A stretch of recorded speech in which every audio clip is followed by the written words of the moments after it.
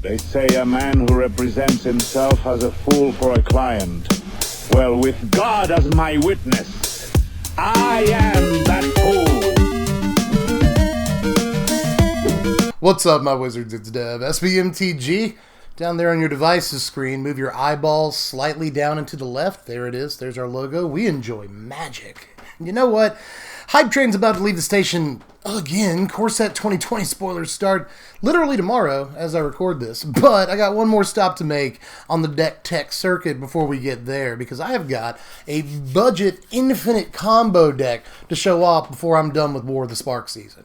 Now, what if I told you that right now in Standard there was an infinite combo based around a 4-mana Planeswalker? You'd be like, yeah, I know, Dev. Are you going to do a RAL deck? No, you know I'm not going to do a RAL deck, because you saw the title in the thumbnail and it piqued your interest. And I would imagine that budget infinite combo is a combination of words that puts a shine in your eyes. So now that I got you in the door, let me show you how to go infinite with Orzhov. Now, heads up, this is a 3-card combo, notoriously difficult to assemble even in Standard sometimes. And 2 out of these 3 cards are fairly bad, but that's the price you pay to go infinite on a budget. First of all, you want to get your famished Paladin down. You got that done? Good. Alright, so next, you want to play a Sorcerer's Wand. Look, I know, but bear with me. Play your Sorcerer's Wand, equip it to the famished Paladin. Now, those are the 2 bad cards in the combo, but we also get to play a really good card in this combo, and that's Sorin Vengeful Bloodlord, which gives all of your creatures lifelink as long as it's your turn. So again, as long as it's your turn, you can tap the famished Paladin to deal damage to your opponent. Look, you gained life, because Sorin's out and your famished Paladin has lifelink. That untaps your famished Paladin and allows you to tap it again for a point of damage with Sorcerer's Wand. And look, we're in a loop now. Ladies and gentlemen, we get to do this over and over until they're just dead. Now, if you've already commented at length that this combo seems dubious at best, I will give you that much, commenter, but let me also point out there are a couple of cool things about this combo that make it not so bad. A famished Paladin's not terrible. On turn 2, blocks against a lot of aggro creatures, and at the very least can trade, and often trade up even, with a lot of aggro decks. And if it does die, either in combat or to a removal spell, Sorin can come down and get it right back, so you don't even have to have famished Paladin in play to start this combo. If you get a Sorin down, you can just get a famished Paladin out of your graveyard. But that said, it's still a 3-card combo, so the entire rest of the deck, for the most part at least, has to be dedicated to actually assembling this thing. But I guess the good news is we've got plenty of ways to put all 3 of these cards together right now. So let's go ahead and look at these. First of all, Forerunner of the Legion. Now, there's not a whole lot of vampires in the deck, but I will say that, famished Paladin isn't the only vampire, so if you wanted to search up another vampire, I guess you could, but for the most part, you're just using this to go and get a famished Paladin and have a blocking body on the battlefield at the same time. I'm also playing 4 Militia Bugler to do pretty much the same thing that Forerunner does, just not quite as good, but it's got a little higher toughness, and that actually makes a lot of difference some of the time. So I'll play this again just because it's a blocking body that can hold down the fort while we're trying to put the combo together and also help us find one of the key pieces. Now, there's also a couple of copies of Board the Weatherlight in here, which is, to be 100% Oprah honest with you, my least favorite card in the deck, but 2 pieces of the combo are historic. Sorcerer's Wand's an artifact, plus Sorin's obviously historic, it's a legendary planeswalker. So I feel like this is kind of a must-play, but it keeps going down. Started off as a 4, now it's down to 2, because this will whiff some portion of the time, and that feels bad, man. But other portions of the time, a 5-card dig will help you finally get to that Sorcerer's Wand that you need to actually put this combo together, and you've been looking for it for turn after turn. This basically lets you skip 5 turns worth of draws and just find the stupid thing in the first place. So I'm going to play a couple of copies of Board the Weatherlight, but we'll use these slots in better ways throughout the deck, because I don't think that 4 Board the Weatherlight is correct.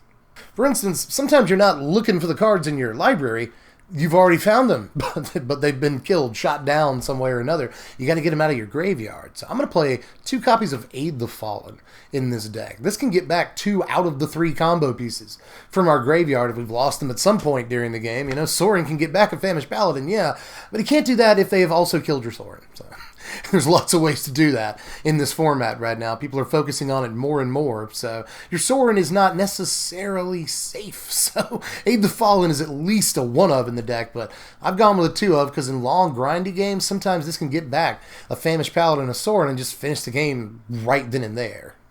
But we're also playing 4 copies of Dusk Legion Zealot, the other vampire in the deck. Like I said, I guess if you want to search this up with Forerunner, you can, but probably shouldn't. I'm going to go out on a limb, so you probably shouldn't. But still, this is a body that draws us a card, which is it's very important. It's a very good card for a combo deck like this that not only wants to get a little bit deeper into the game so it can assemble its combos, it's a blocking body for that, but it's also something good for Sorin to reanimate a little bit later in the game so you can draw into that Paladin or that Sorcerer's Wand in the first place. For similar reasons, I'm also playing 4 copies of Seeker's Squire here in the 2-drop slot. I'm just playing basically 8 different 2-drops that draw, massive air quotes, draw cards. I guess Dust Legion Zealot does, DLZ. He do the thing, but this does a version of drawing cards, which can be really, really important. Get you past stuff you don't need while you're looking for the combo, or just draw you lands, which is also a very good thing the card does. Plus, it would be a really good blocking body, especially if it gets the counter on turn 2. Really nice. So it can be sweet to reanimate with Sorin. Lots of reasons you want this card in your deck, but it just helps you find the combo in the first place. So it's a great 2-drop.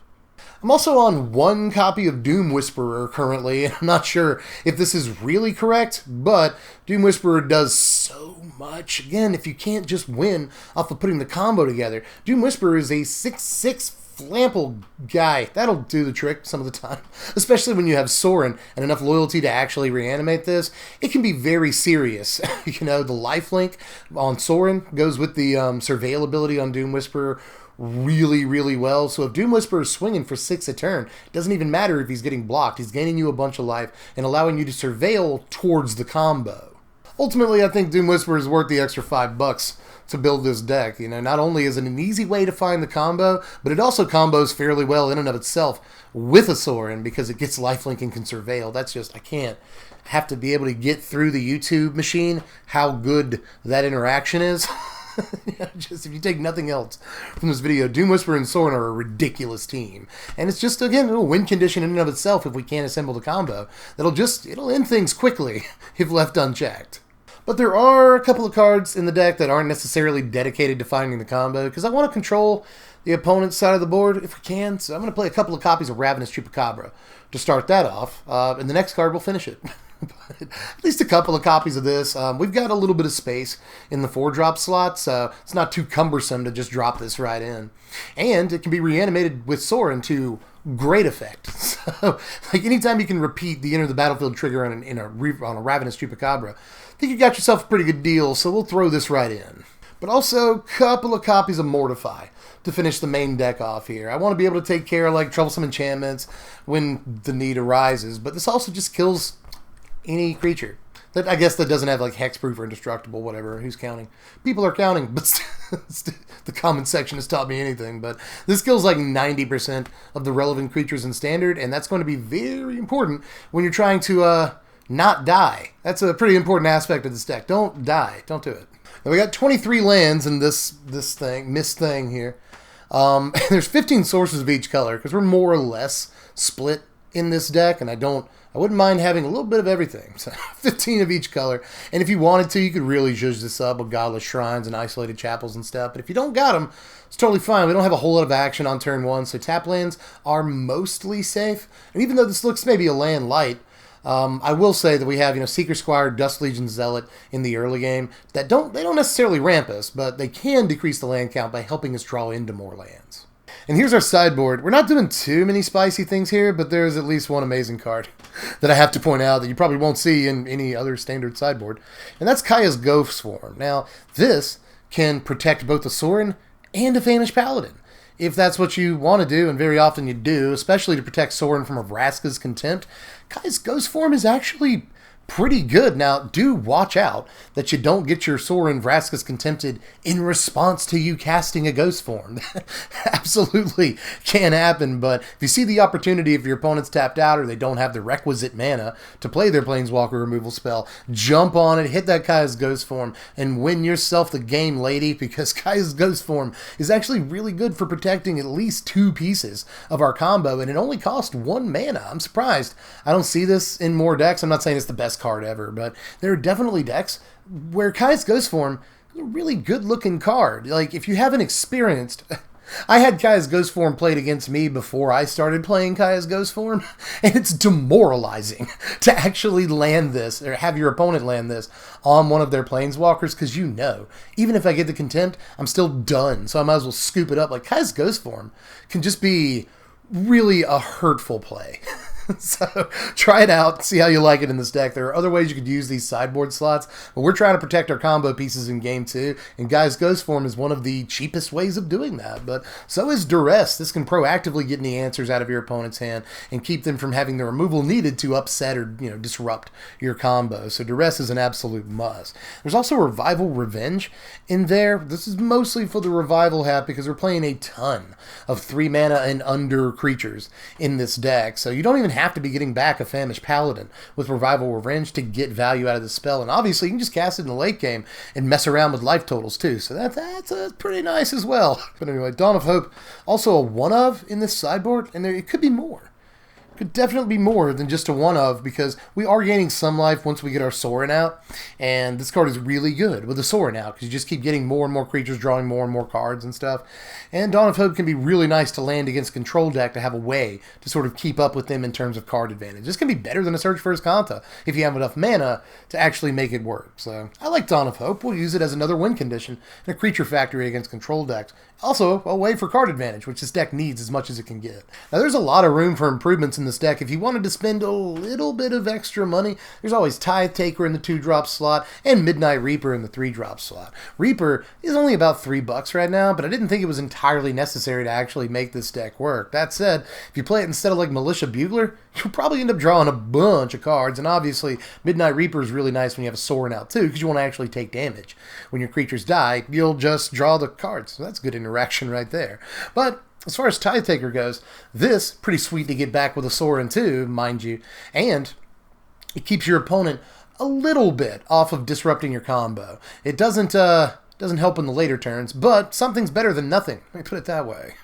But here are your power rankings right here. Final score is 60 points, which is actually pretty good for a $25 deck that's just mostly looks like jank, but don't let looks deceive you. Even though there are a couple of slots in this deck that I wish didn't have to exist, Board the Weatherlight, Aid the Fallen. This is still mostly just an Orzhov creatures deck, play a bunch of creatures and stuff in the 2 and 3 drop slot, drop a Sorin on turn 4, turn 5, somewhere in the mid game. If we haven't drawn it by the time turn 4 rolls around. Once we do drop a Sorin, we'll have a pretty decent little army on the battlefield. We just get through that way. Plus we got like Mortify, Ravenous Chupacabra, get a little value on the opponent, remove their stuff. So in some ways, this can just play like a normal Orzhov aggro deck and be fine doing that. Plus, a lot of the creatures in the deck are really good value. I've already talked about Ravenous Chupacabra, but Forerunner Legion goes and tutors up another creature for you. Dusk Legion Zealot draws you a card. Secret Squire can draw you a land or help you get to stuff. There's a lot of value in this deck, even though, again, most of the deck is dedicated to putting together a 3-card combo. A lot of the cards we have to play to do that aren't so bad on their own. And that leads to a deck that does a lot of stuff adequately, but nothing like really well. There's a fair amount of resiliency in this deck due to Aid the Fallen, Revival Revenge in the sideboard, plus obviously Sorin too in the main deck. We've got some resiliency, but pretty much everything else is just kind of stock. We're not super powerful. We don't actually have that much offense, nor do we have that much defense because we're so focused on putting the combo together. Our strong suites are basically resiliency and synergy, but those are very good things to be good at. Matter of fact, just last word before I shut the door on the deck here.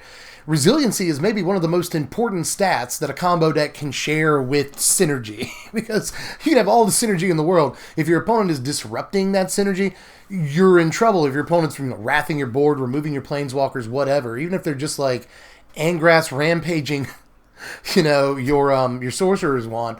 All of this can really hurt, but in a deck with this much, this many resilient elements, it'll really help you put that combo together even if you've been disrupted. That's a really good thing for combo decks. Do note that the deck can technically win on turn 4, so there's a little bit of speed here if you just go turn 1 Sorcerer's Wand, turn 2 Famished Paladin, turn 3 equip the Sorcerer's Wand, turn 4 Sorin, cut the lights off, but that's probably not going to happen every time. Very often this deck will go into the later turns and have to assemble its combo in creative ways, but it can do that.